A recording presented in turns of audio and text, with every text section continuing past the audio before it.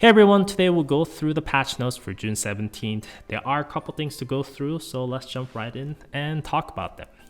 First thing is first, we are going to be having new operator after the maintenance, and it's going to be new character Grace. And lore-wise, just to go through that first, she seems to be having some connection with the Zodiac Knights and such. So I think we'll probably see more Zodiac Knights related character in the future as well. I think that's their plan at the moment. That's why she is being introduced here. She'll probably appear in the main story for the part 2. And let's go over Grace's overall kit. She is going to be having skill trigger of Ranger and Sniper. I would say that's pretty good. And she is going to be having 20-second cooldown time for her skills. It is much like the Agnes operator we had. I think this is somewhat the new types of operator they want to be releasing to kind of change things up. And she seems to be definitely much easier to use and more offensive compared to Agnes as well. Then she will summon Ellen Birmingham to inflict AoE damage equivalent to an ultimate skill nearby ally ship on the entire battlefield with the 3 ballot hits, and this skill cannot inflict damage to enemy ships within gauntlets. And when she inflicts the AoE damage, it will grant the damage and plus 12%, and after each activations, the value will be doubled, which go up to 96%. As the Ellen stats goes, it seems to be looking very similar to Mordred in a way, in an offensive manner, so I'm assuming the damage itself is going to be very similar to Mordred performance with the PvP, which should be pretty impressive. Not to mention it's going to be applying damage taken amp debuff to the enemies, and also it's going to be having its own damage amp scaling. Each time you use the skill, that's also going to be doubled as well, so damage should be pretty impressive, I would say, in my opinions, at level 8. So here's my first impression after going through all of her skill kits there. I think it definitely has a potential to kind of break into current meta operators we have.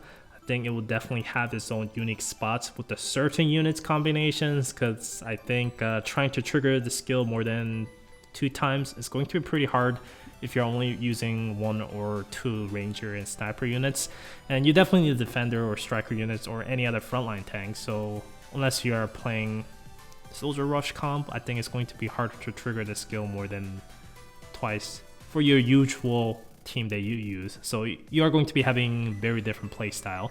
It all comes down to how much damage is really going to be building up, especially starting from the second one. I think the damage for the first one will be kind of okay. I think you can probably just hit it and you'd be like, oh, that kind of hurts, but it's nothing too crazy. But I think from the second run is going to be start hitting really hard.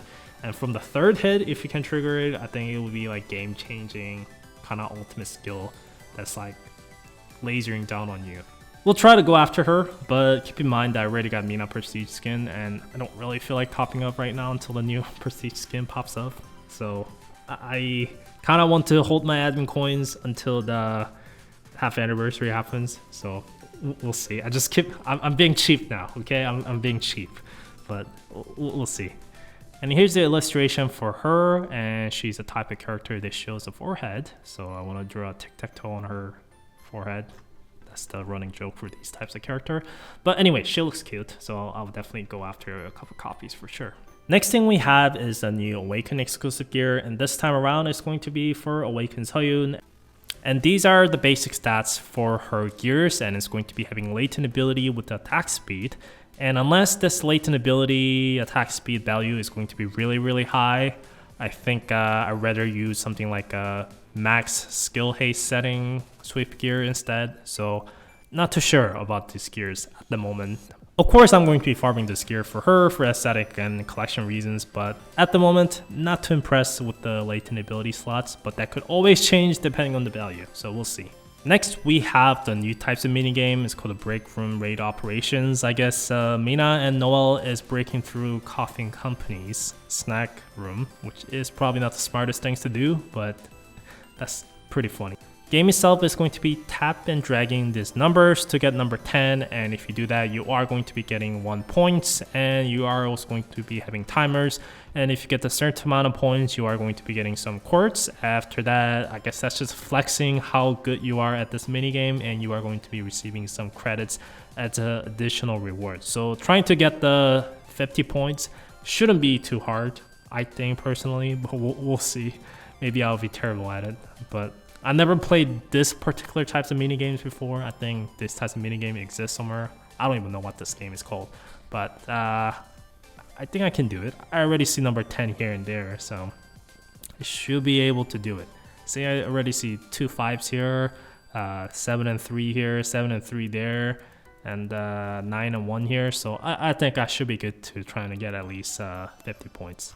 And we are also going to be having raid rotations to beat up the Breacher again to farm those valuable melee damage as well as range damage gears. And we are also going to be having some challenge stage rotation. And the substrate event resource drop is going to be for the Guiding Sun, Surya's event. And we are also going to be having some punch-in event to get some additional resources. And for the returning banners, we are going to be having Surya as well as a Seoyun. And for the normal employees, we are going to be having Anila, Seoyun, as well as a Lenoir. And lastly is going to be more improvement and changes for the overall unit filter system. And honestly, this is overkill and pretty impressive. And part of me believes this is going to be kind of feature testing for their sequel game, but I don't know if this types of thing is really needed for Uma Musume like games, because those types of game doesn't have a multiple character selections.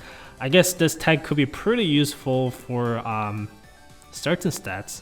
I can see that, but I play many other gacha games and this types of filter system, I personally think it's just whoever developing this game just flexing their skills, because I did a bit of coding as a part of course when I went to school, and yeah, this kind of burns my brain. I mean, if you ever use this tag system, it's pretty crazy how responsive this system is. And also this type of system is definitely pretty useful for new players, not to mention half anniversary is coming around the corner, so that's probably them expanding some of the more filter options to help those players out. But anyways, that is pretty much it for this week's patch notes. We should be getting main story part 2 soon probably, so I should be start finishing off those story videos, at least for part 1.